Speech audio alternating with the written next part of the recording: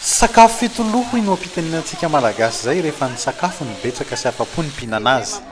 Efa sakafo fito na mpitomboina fito mihoatra ny karazany eto amin'ny AFI mampiavana.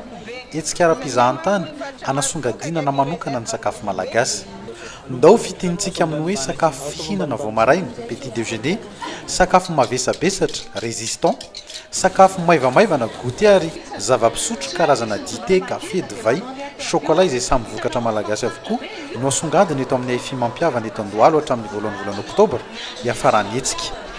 Nampiavaka ny fifaninanana tsokonina na ketriketrika AFI mampiavana tamin'ny andiany fahefatry ity ny fandraisana anjaran'ireo ankizy miteny tanana avy eo amin'ny sekoly mareny eto Madagasikara na SMM.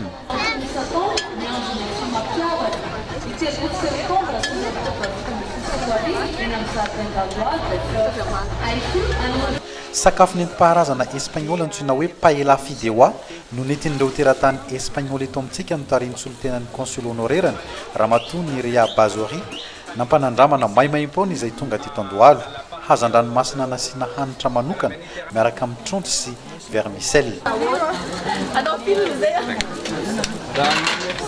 Quand vous avez vos assiettes, s'il vous plaît, si vous passez vers l'arrière, comme ça on laisse.